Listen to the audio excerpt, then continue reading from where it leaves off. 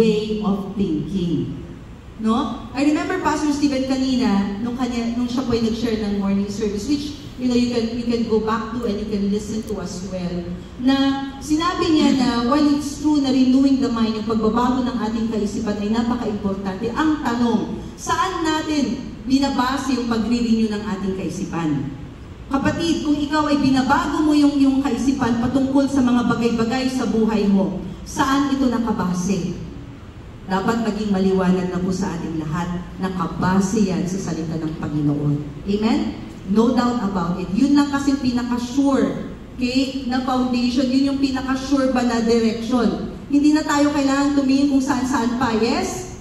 Hindi na tayo kailangan mag-guess, hindi na tayo kailangan lumayo pa. Kasi binigay na ng Panginoon ang kanyang salita. Yun na yung basehan natin. That's the reason why we keep on renewing our minds. It's based on the Word of God. Yes? So, kagaya dito sa Ephesians chapter 4, verse 20, saan tayo nagsisimula? Nagsisimula tayo sa kanyang salita. So, sabi nga niya dito, verse 20, hindi ganyan ang natutunan ninyo tungkol kay Kristo. In fact, kanino tayo nagsisimula tayo sa Panginoon.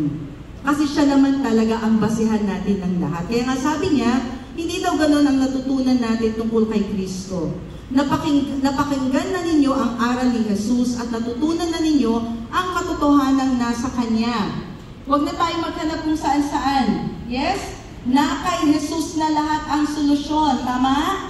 Na kay Jesus ang kasagutan ng lahat ng ating mga katanungan, lahat ng ating mga concerns. Kaya sabi niya dito, iwan na ninyo ang dating pamumuhay. Hubarin na ninyo ang inyong dating pagkatao na nasisira dahil sa masasamang pagnanasa. Magbago na kayo ng diwa at pag-iisip. Look at that. Napaka-clear sa Tagalog. Again, it's on us. Na tayo daw ay magbago tayo sa diwa at pag-iisip at ang dapat ninyong isuot ay ang bagong pagkatao na nilikhang kalarawan ng Diyos at nahahayag sa matuwid at banal na pamumuhay ayon sa katotohanan. So, ang process ng renewing of the mind, I remember isa sa mga mensahe na shinare ni Pastor Giselle coming from this verse, is yun pong pagtanggal mo ng dati at pagsuot ng bago. You remember that?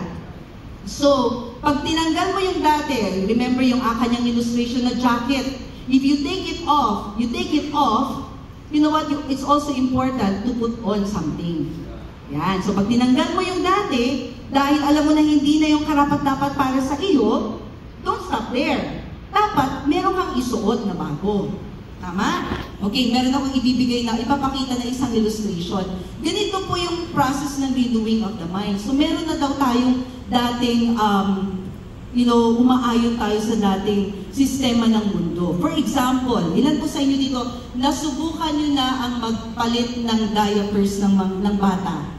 Maring anak nyo, pamangkin yan, madami. Okay. So, I want to refer to our old way of thinking as what, sabi nila sa English, stinking thinking. Yeah? Stinking thinking. Bakit? Kasi totoo. Iba yung isip ng mundo eh. Ang isip ng mundo, punong-puno ng selfishness. Yan ang kaisipan ng mundo. Dapat akin lang. Di ba? Ang kaisipan ng mundo ay punong-puno ito ng hatred and jealousy. Yan yung kaisipan na makamundo. Okay? Punong-puno siya ng, yun bang, hindi mo iniisip yung iba, pero yung para sa'yo lamang at kung ano pa. So that's something that we can refer to as thinking thinking. So halimbawa mo yung bata, okay? Ayan. Okay, so naku, may naamoy ka, yung baby. Kaya yan, alam mo na. No? Oops. Aha, may ginawa yung baby. Lalo na kung number 2, medyo umaalingasaw yan, tama? Okay, so ayan, kailangan ng medyo imagine tayo, okay lang yan, medyo gross, pero kaya natin yan, can handle pa. So what do you do? As a parent, o di kaya a tito or a tita, ano gagawin mo? You know that it's time na bihisan o palitan yung diapers ng bata, tama? Okay, paano natin pinapalitan do? Now, hindi tayo kumukuha ng bagong diapers at ipinapatong natin sa dati. Pwede ba natin gawin yun? Bahala ka, pwede mong gawin yan. Pero, ang mangyayari ay, pag pinatong mo yung bago dun sa dati, ano mangyayari? Mamaya aalingasaw din yan. Tama? Alingasaw din yan. At saka maiirita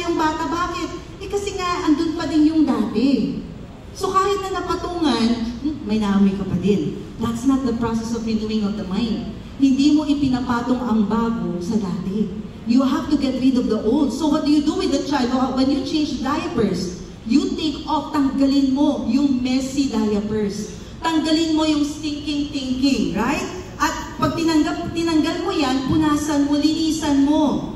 Okay? If it's too much, paliguan mo. Tama? At saka mo ilagay yung fresh new diapers.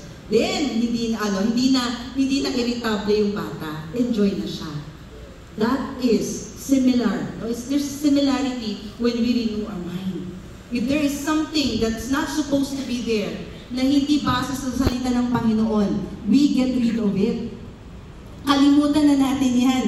Hindi na natin siya pagbubulay-bulayan. Sinusurrender na natin sa Panginoon. At hinahayaan natin na mapalitan yan ng mga panibagong pag-iisip, panibagong kaisipan. Amen? Amen. So now, we can have a new POV. Bago na. Bakit? Dahil meron na tayong bagong kaisipan or a new way of thinking. Nakuha po natin. Alright. And lastly, a new POV now means having a new way of doing. Yan. Kung papasok natin, ihabol natin yung doing na yan. Again, ang salvation natin is not by works. Free gift of God yan. But the process of renewing of the mind, ay meron po tayong responsibilidad dyan. Meron po tayong ginagawa. But don't worry, hindi po ito ayon sa ating sarili lamang. Kasama natin ang banal na spirito. Amen? At as we keep on going through this process, again, automatic, a new way of doing. Why? Because we understand that we have a new way now of being. Una yan, una sa lahat yung ating identity sa Panginoon. At dahil alam natin kung sino tayo sa Panginoon, nababago ang ating kaisipan, nababago ang ating pananalita, then nakikita na sa buhay natin yan. Therefore, hindi na natin ipagpipilitan sa ating sarili, bawal to, bawal. Hindi na gano'n, hindi na tayo bawal conscious. Kundi, alam mo yun? We're God conscious now. At yung mga bagay na mga dapat at hindi natin dapat gawin, automatic na lang yan nalalabas sa buhay natin. Praise God. Resulta na lang yan. Lalakad na lang tayo as men and women, as children of God, doing the things that God has told us to do. Kung dati wala kang pakialam dyan sa mga tao sa paligid mo, bakit? Wow, why do I feel compassion for people? Dati dati wala naman sa akin. Pero bakit ngayon? Meron akong concern yan. At nais mo nang tumulong sa iba. Bakit? That's the new nature na binigay ng Panginoon sa iyo. At ang resulta niyan is a new way of doing. Biglang yung kamay mo may gusto nang gawin, pagtulong sa iba, pag-reach out sa iba. Yes? So it's a beautiful process, church. Yeah? Hindi tayo kailangan ma-stress na, paano ba ito? ABC 1, 2, 3. Kailan ba ako mag-attend ng class 1, 2, 3, 4, 5? No.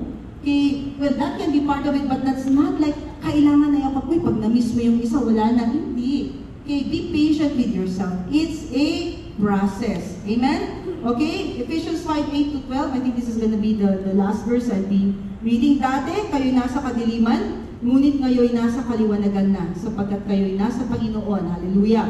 Mamuhay kayo ngayon ng nararapat sa mga taong nasa liwanag, sapagkat pawang mabuti, matuwid at totoo ang ginagawa ng pamumuhay sa liwanag. Sikapin ninyong matutunan kung ano ang kalugod-lugod sa Panginoon. Huwag kayong makibahagi sa mga gawain ng kadiliman na walang ibinubungang mabuti. Sa halip ay ibunyag ninyo ang mga iyon. Kahiyahiyang na mabangkit man lamang ang mga bagay na iyon na ginagawa nila ng lihim. Okay? At I think this is the last verse lang. Matthew 5:13-16, mga kapatid. Kayo, tayong lahat po, ang asin ng sangkatauhan. Ngunit kung ang asin ay mawalan na ng alat, paano ba ito mapapaalat muli? Hindi ba wala na itong kabuluhan, kundi ang itapon at tapakan ng mga tao? Mga kapatid, pinapaalala ko kung sino kayo. Kayo ang ilaw ng sanlibutan. Amen?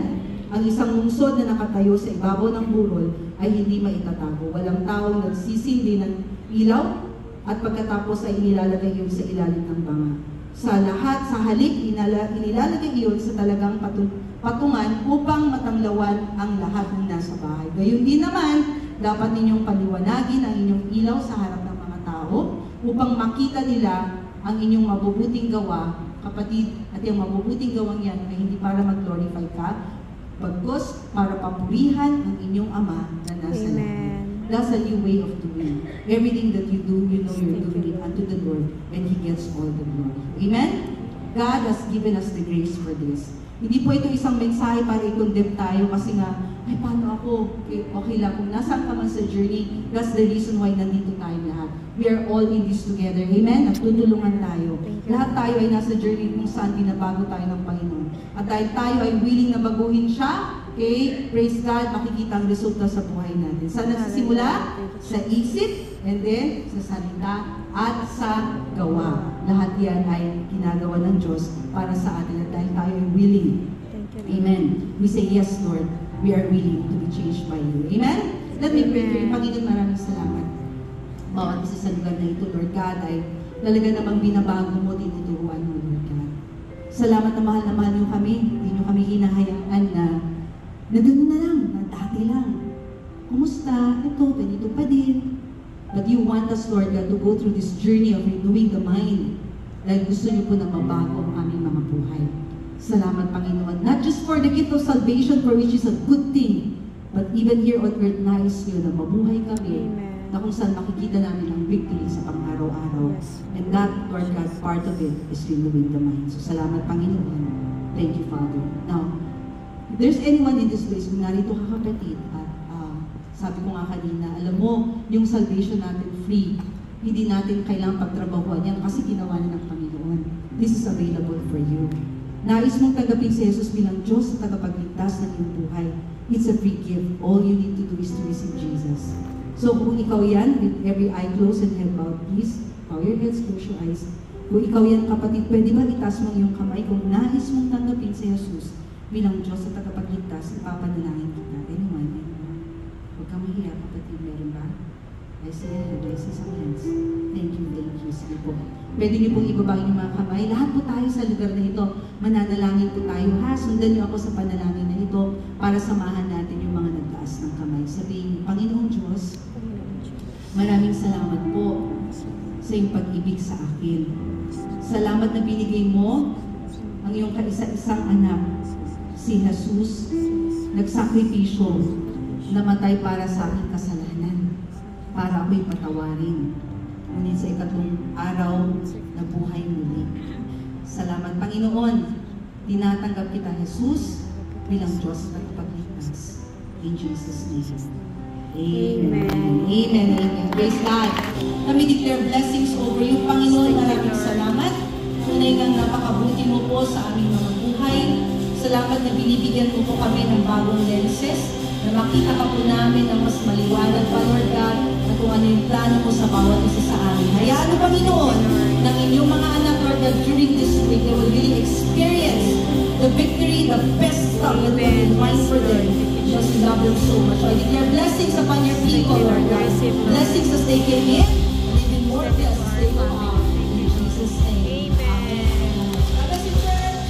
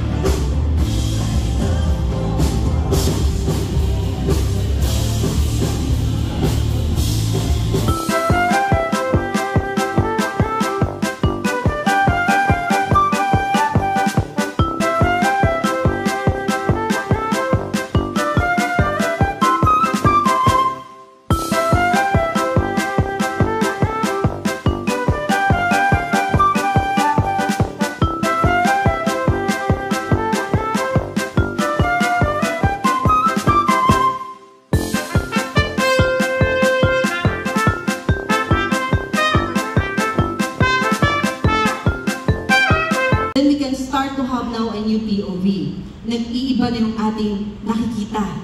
Nag-iiba na yung ating, mindset, no? It starts with the mindset.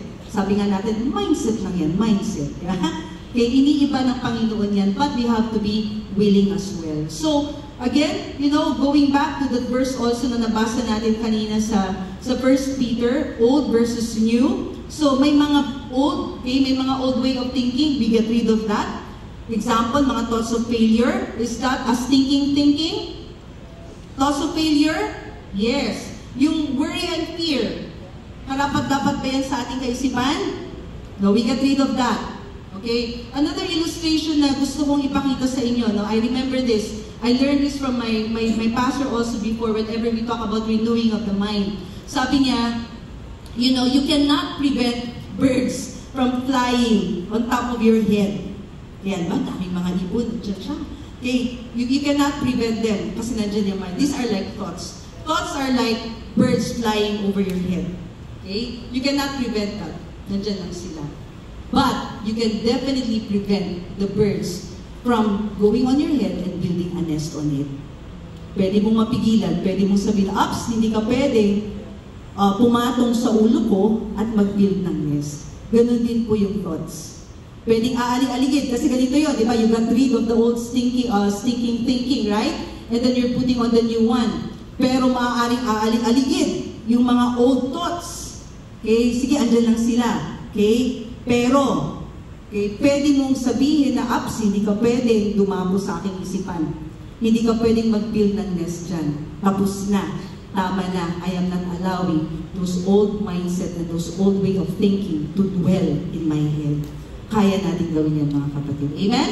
Okay, so, yun ang nais ng Diyos para sa atin. Now, in Jeremiah 29:11, ako, isa sa mga parang gas-gas na verses na yan, pero huwag nating hayaan na parang ganyan-ganyan lang sa atin yan, kasi talagang ang ganda po ng sinasaad dito, lalong-lalo na sa patungkol sa kaisipan ng Diyos para sa atin. Sabi niya doon, "Sapagkat batid kong lubos ang mga plano ko para sa inyo." Sa ibang version po sa English, sabi niya doon, "For I know the thoughts," kaisipan ko. Hindi lamang plano, pero ang kaisipan ng Diyos para sa inyo. Mga planong hindi ninyo ikakasama, kundi para sa inyong ikabubuti. Agree? Ito yung mga planong magdudulot sa inyo ng kinabukasang punong-puno ng pag-asa.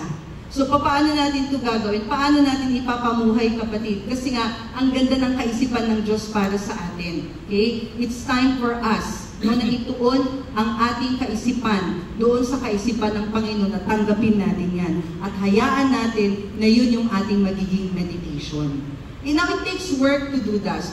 What do we mean? It takes effort on our end. Do you agree?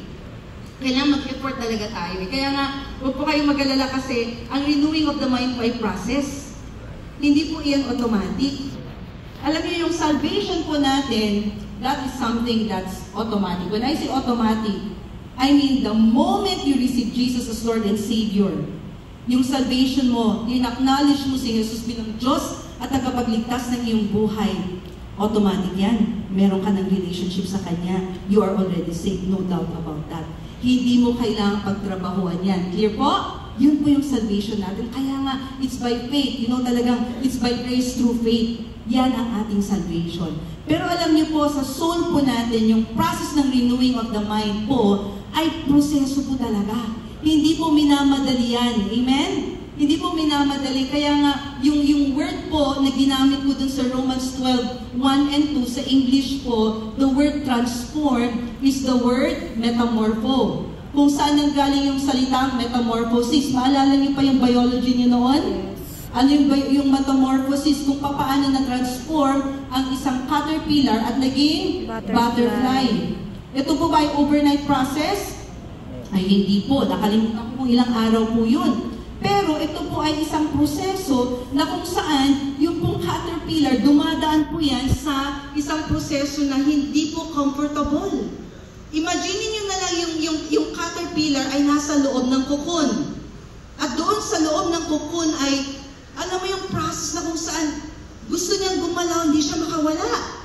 No, kasi talaga naman na doon siya sa loob. So, there might be times na feeling natin, ang hirap naman ito, Panginoon. Ang hirap naman ng proseso nito. Just imagine kung yung pong cocoon, yung caterpillar sa loob ng cocoon, ay minadali niya yung proseso at lumabas siya agad, wala pa siyang wings. Ano kaya sa tingin mangyayari? Okay? Hindi po magiging buo yung process. Hindi po siya magiging butterfly. Baka iba na po yung itsura niya. Hindi na magiging butterfly. Baka ang tawag na lang sa kanya ay... Pero ito kasi yung maganda dyan eh. If you're gonna look at it, imagine, pagka nag-undergo ng metamorphosis yung caterpillar, nababago ang anyo, hindi lang anyo, pati pangalan. Yeah? Alam mo yun? Dati caterpillar siya. Nung nag-undergo siya ng process of metamorphosis, ano na pangalan niya? Butterfly. Hindi po siya tinawag na butterfly. O di kaya butterfly. Totally wala man ang traces ng old. Right? Medyo inisip-isip ko, ano? Diba? So, baka naman kung pinilit niya na lumabas, so nasa kukun siya, yun na yung butterfly. Parang di bagay. Kasi kalahati na lang yung lumabas na na wing. No? Walang S kasi isa lang wing. Okay? Pero maigi na lang. Kapatid, tapusin natin yung proseso ng pagbabago ng kaisipan ng Panginoon sa buhay natin. Amen? Kasi pagkatao, pati yung, kaya nga we're given a new name, yung pala ibig sabihin yung sinasabi sa Bible, right? Okay? Lahat bago, kasi ganun na, isipin mo na lang yung yung caterpillar to a butterfly. Totally different. You don't see traces. Hindi ka nakakita, yung butterfly, okay, let's just take it for a while, yung butterfly, hindi siya yung, yung caterpillar, kasi it's like, sino nakikita sa caterpillar dito? Baka meron, medyo may pagka-weird, no? Yung parang, cute ng caterpillar. Okay, medyo konti lang ang ganun, medyo, hindi nakikitan ka. Pero generally, when we see a butterfly, we go like, wow, ganda ang kulay, right? Hello, 3 PM service, busy ba kayo? O, lahat ng mga inatok, magsabi ng amin? Walang mintis. Yeah? Walang mintis. So again, pag nakakita ka ng caterpillar, rarely do people say, oh, yung cute. Okay? Pero pag butterfly, wow, ang ganda. Yeah? Okay, so bakit po? Dahil nga iba yung itsura. So, hayaan mo ng Panginoon. I-perform niya yung metamorphosis sa ating kaisipan. Yes? And we are all work in progress. So kung maybe yung iba sa atin, nandun pa tayo sa kukun, okay lang yan. Huwag kang magmadali, kapatid. Yeah? Kasi gumagawa ang Panginoon sa buhay mo. Now, alam mo, meron ding terminology po sa, I think this is in IT or in programming. And maalala ko nung sabi ko anong taon yun, na kung narinig ko ito, natutunan ko sa school. Ito po yung term na GIGO. Okay, GI ha? GI. Okay. GIGO. Okay, GI. Alright? Ano po yung GIGO? Garbage in, garbage out. Dahil sa programming sa computer, alam mo, computer, walang sariling isip yan. Kung ano yung pinograma mo, yun ang lalabas. Okay? Kung ano yung in-input mo, yun din yung output. Iba yung ating mind. Compare din siya sa computer, pero guys, matindi ito. Grabe to. Talagang pinakamagaling na computer yan sa buong mundo. Kung ano yung ipinasok mo, yun din yung lalabas.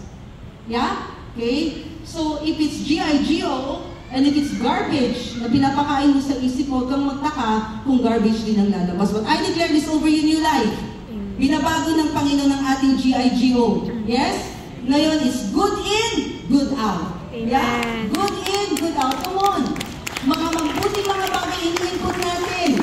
Ang mga bagay ng mga kaisipan ng Panginoon ating ini-input at yun din ang lalabas sa ating mga buhay. Sabi nga niya sa Luke 6:43-45, walang mabuting punong kahoy na namumunga ng masama, at wala ring masamang puno na namumunga ng mabuti. Nakikilala ang bawat puno sa pamamagitan ng kanyang bunga, sapagkat hindi nakakapitas ng igos sa matitinig na halaman o ng ubas sa mga dawag. Tama? Okay, kasi nga, good in, good out. So kung ano yung prutas na nakikita sa buhay natin, magandang prutas, yes? Dahil nag-i-input tayo ng mabuti sa ating mga kaisipan. Ang mabuting tao ay naglalabas ng mabuti mula sa kanyang pusong sagana sa kabutihan. Samantalang ang masamang tao naman ay naglalabas ng masama mula sa kanyang pusong puno ng kasamaan. Kung kaya't ito po, sapagkat kung ano ang nag-uumapaw sa puso ay siyang sinasabi ng ating labi. So lahat nagsisimula sa isip at sa ating puso. Kung kaya't ang pangalawa, after that, ano na ngayon? Dahil meron tayong bagong POV.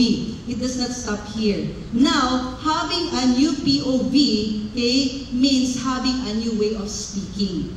Out of the abundance of the heart, the mouth speaks. Out of the abundance of yung mga in-input mo sa isip mo at sa puso mo, now your new POV is coming out of your new way of speaking. Wow, binubahagi ni Lord. Hindi dating ganyan magsalita yan. Dati mabulak-laki ng mga salita. Ngayon, wow, di ba? Nakakainis. encourage na. Gusto niyo ba yun? Reference sa atin, yes?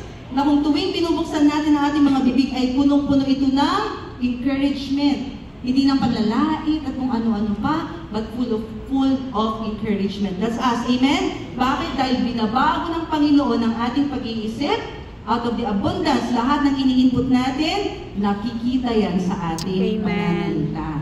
Do we want that? Yes. Proverbs 18:21, no? Sa Tagalog sabi niya, ang buhay at kamatayan ay sa dila nakasalalay. Makikinabang ng bunga nito, ang dito ay nagmamahal. Death and life are in the power of the tongue. Okay? Understand that. So, dahil alam mo na ganun ka-precious, ganun kabigat, no? Yung sinasambit ng iyong bibig, hindi ka lang basta-basta. Okay? Dahil alam mo na, importante yung ini-input ko kasi it's actually like this, no? Kahit anong effort ang ilagay mo na sabihin ang tama, pero kung hindi mo binabago yung input na pumupunta sa iyong puso, you know what, lalabas at lalabas din kung ano yung katotoo na galing sa loob. Kaya nga ang ganda na yung focus natin ay yung sa puso natin na sa ating kaisipan. Amen? Well, the more you input good things, you will not deny it. Yun ang lalabas sa bunganga mo. Amen. Ang tanong, kalamansi. Pagka yung inisqueeze ang kalamansi, anong lalabas? Kalamansi juice. Asim. Gising kayo, maasim ang kalamansi. Okay? Pagka yung apples, pag inisqueeze mo ang apples, anong lumalabas? Apple juice. Yung mga Ilocano dyan, apple juice. No? Sabi ni Pastor Paul, apple juice. Apple juice, iba po yun. Okay? Okay, pag in-squeeze si Cats, ano kaya ang lalabas? When life issues will squeeze you, kapatid, ano kaya ang lalabas sa'yo? Diba? Kung ano yung ini-input mo. Kapatid, life will squeeze you in so many ways. Pero kung ang input mo sa iyong isip at sa iyong puso ay ang salita ng Panginoon at ito ay inaalaw mo na ma-renew ka ng Panginoon na yung pag-iisip, you don't have to worry. Kasi ang lalabas dyan ay yung faith na ipinapasok mo. Ang lalabas dyan ay yung steadfastness na ipinapasok mo. Ang lalabas dyan ay yung faithfulness na nilalakaran mo at natutunan mo sa Panginoon. Amen? Amen? So yun, doon tayo sa sige, Lord, input ako ng input. Makikinig lang ako, amen ako ng amen. Hindi ko tutulungan ang preaching. Hallelujah. Kaya makikinig ako, mag-notes ako. Hallelujah. Yes? Okay? Hindi lang ako magpapacheck ng attendance. Makikinig ako sa iyong salita para magkakaroon ng input sa aking puso. Amen. And then, out of the abundance of the heart, your mouth speaks. Clear ba mga students? Amen. Mga estudyante mo. Amen. Last point. Alright. And lastly po, lastly, a new POV now means having a new way of doing. Yan. Kung papasok natin, ihabol natin yung doing na yan. Again, ang salvation natin is not by works. Free gift of God yan. But the process of renewing of the mind, ay meron po tayong responsibilidad dyan. Meron po tayong ginagawa. But don't worry, hindi po ito ayon sa ating sarili lamang. Kasama natin ang banal na spirito. Amen? At as we keep on, going through this process, again, automatic, a new way of doing. Why? Because we understand that we have a new way now of being. Una yan, una sa lahat yung ating identity sa Panginoon. At dahil alam natin kung sino tayo sa Panginoon, nababago ang ating kaisipan, nababago ang ating pananalita, then nakikita na sa buhay natin yan. Therefore, hindi na natin ipagpipilitan sa ating sarili, bawal to, bawal. Hindi na gano'n, hindi na tayo bawal conscious. Kundi, alam mo yun? We're God conscious now.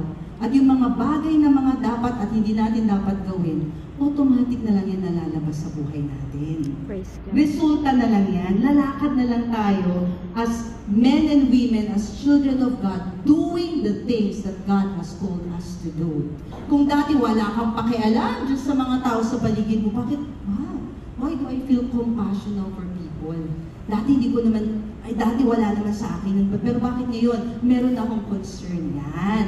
At nais mo nang tumulong sa iba. Bakit? That's the new nature na binigay ng Panginoon sa iyo. At ang resulta niyan is a new way of doing. Biglang yung kamay mo may gusto nang gawin, pagtulong sa iba, pag-reach out sa iba. Yes? So it's a beautiful process, church. Yeah? Hindi tayo kailangan ma-stress na, paano ba ito? ABC 1, 2, 3. Kailan ba ako mag-attend ng class 1, 2, 3, 4, 5? No. Okay, well, that can be part of it, but that's not like, kailangan na ako, pag na-miss mo yung isa, wala na. Hindi. Okay, be patient with yourself. It's a process. Amen? Okay, Ephesians 5:8-12. I think this is gonna be the last verse I'll be reading. Dati, kayo nasa kadiliman, ngunit ngayon nasa kaliwanagan na, sapagkat kayo'y nasa Panginoon. Hallelujah. Mamuhay kayo ngayon ng nararapat sa mga taong nasa liwanag, sapagkat pawang mabuti, matuwid at totoo ang ginagawa ng pamumuhay sa liwanag. Sikapin ninyong matutunan kung ano ang kalugod-lugod sa Panginoon. Huwag kayong makibahagi sa mga gawain ng kadiliman na walang ibinubungang mabuti. Sa halip ay ibunyag ninyo ang mga iyon. Pahiyahiyang na mabagkit man lamang ang mga bagay na iyon na ginagawa nila ng lihim. Okay? At I think this is the last verse lang. Matthew 5:13-16, mga kapatid. Kayo, tayong lahat po, ang asin ng sangkatauhan. Ngunit kung ang asin ay mawalan na ng alat, paano ba ito mapapaalat muli? Hindi ba wala na itong kabuluhan, kundi ang itapon at tapakan ng mga tao? Mga kapatid, pinapaalala ko kung sino kayo. Kayo ang ilaw ng sanlibutan. Amen? Ang isang lungsod na nakatayo sa ibabaw ng burol ay hindi maitatago. Walang taong nagsisindi ng ilaw at pagkatapos ay inilalagay yun sa ilalim ng banga. Sa lahat, sa halip, inilalagay iyon sa talagang patungan upang matanglawan ang lahat ng nasa bahay. Gayon din naman, dapat ninyong paliwanagin ang inyong ilaw sa harap ng mga tao upang makita nila ang inyong mabubuting gawa, kapatid, at yung mabubuting gawang yan ay hindi para mag-glorify ka, bagkus para papurihan ang inyong Ama na nasa langit. That's a new way of doing. Everything that you do, you know you're doing it unto the Lord, and He gets all the glory. Amen? God has given us the grace for this. Hindi po ito isang mensahe para i-condemn tayo kasi nga, ay paano ako? Okay lang. Kung nasaan ka man sa journey, that's the reason why nandito tayo lahat. We are all in this together. Amen? At tutulungan tayo. Lahat tayo ay nasa journey kung saan binabago tayo ng Panginoon. At dahil tayo ay willing na baguhin siya, okay, praise God, makikita ang resulta sa buhay natin. Saan nagsisimula? Sa isip, and then sa salita, at sa gawa. Lahat yan ay ginagawa ng Diyos para sa atin at dahil tayo ay willing. Amen. We say, yes, Lord, we are willing to be changed by you. Amen? Let me pray for you. Panginoon, maraming salamat. Bawat isa sa lugar na ito, Lord God, ay talaga namang binabago mo, tinuturuan mo, Lord God. Salamat na mahal niyo kami. Hindi niyo kami hinahayaan na gano'n na lang, na dati lang. Kumusta? Ito, ganito pa din. But you want us, Lord God, to go through this journey of renewing the mind. Dahil gusto niyo po na mabago ang aming mga buhay. Salamat, Panginoon. Not just for the gift of salvation, for which is a good thing, but even here on earth, nais niyo na mabuhay kami. Amen. Na kung saan makikita namin ang victory sa pang-araw-araw. Yes. And that, Lord God, part of it is renewing the mind. So, salamat, Panginoon. Thank you, Father. Now, if there's anyone in this place, kung narito ka kapatid, at sabi ko nga kanina, alam mo, yung salvation natin free, hindi natin kailangang pagtrabahuan yan kasi ginawa na ng Panginoon. This is available for you. Nais mong tanggapin si Jesus bilang Diyos at tagapagligtas ng iyong buhay. It's a free gift. All you need to do is to receive Jesus. So kung ikaw yan, with every eye closed and head bowed, please, bow your heads, close your eyes. Kung ikaw yan, kapatid, pwede ba itaas mo iyong kamay? Kung nais mong tanggapin si Jesus bilang Diyos at tagapagligtas, ipapanalangin kita. Anyone? Huwag kang mahiya, kapatid. Meron ba? I see a hand. I see some hands. Thank you. Sige po. Pwede niyo pong ibaba yung mga kamay. Lahat po tayo sa lugar na ito. Mananalangin po tayo. Ha? Sundan niyo ako sa panalangin na ito para samahan natin yung mga nagtaas ng kamay. Sabihin, Panginoong Diyos, maraming salamat po sa iyong pag-ibig sa akin. Salamat na binigay mo ang iyong kaisa-isang anak, si Jesus, nagsakripisyo, namatay para sa aking kasalanan, para ako'y patawarin. Ngunit sa ikatlong araw na buhay muli. Salamat, Panginoon.